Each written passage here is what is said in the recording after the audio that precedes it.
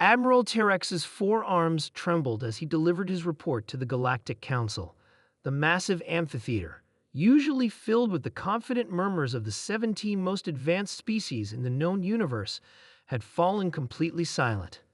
The vessel was unlike anything we've encountered, Terex said, his voice echoing through the chamber. Our standard greeting protocol failed. When we attempted to establish dominance with a warning shot, his voice faltered. High Counselor Vrax leaned forward, her crystalline form catching the light. Continue, Admiral? They disabled our propulsion systems with a precision strike we couldn't even detect until it hit. When we scanned their hull, we found it was composed of materials we've never seen before. A murmur rippled through the council. These were species that had traversed the stars for millennia, cataloging and subjugating primitive worlds. Never had they encountered a genuine threat. Where did they come from? Asked Counselor Dren, the gelatinous diplomat from the Arcturian Nebula. Terex projected a hologram of a small blue-green planet. Sol system, third planet. The inhabitants call it Earth. They call themselves humans. Impossible, hissed Counselor Malk. We surveyed that system 2 centuries ago. They were pre-spaceflight primitives, killing each other with chemical explosives. That's correct, Counselor. Somehow, in just 2 centuries, they've achieved what took our civilizations millennia.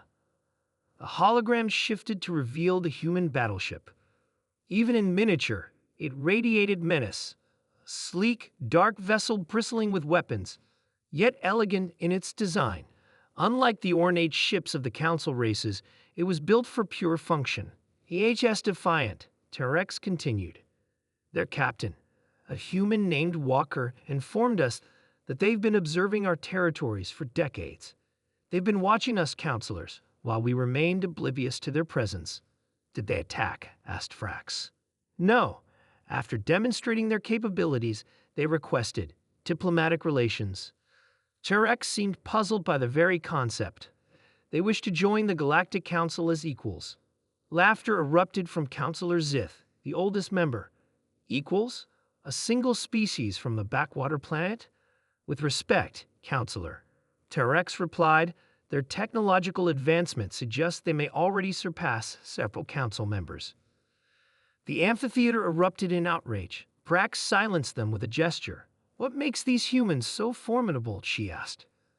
Their history, Terex said simply.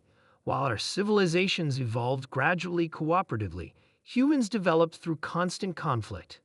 Their technological leaps often came during periods they call wars. They referred to it as necessity being the mother of invention.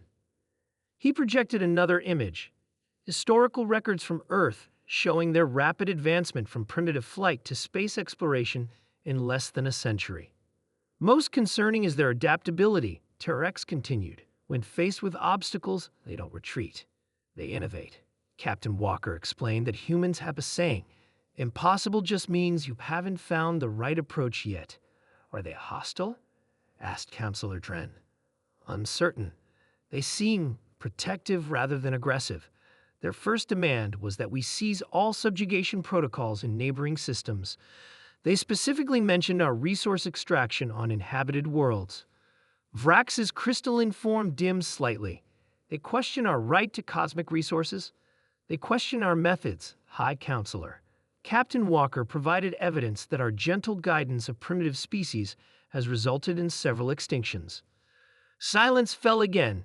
The Council had never been challenged on moral grounds before. What are our options? Asked Malk eventually.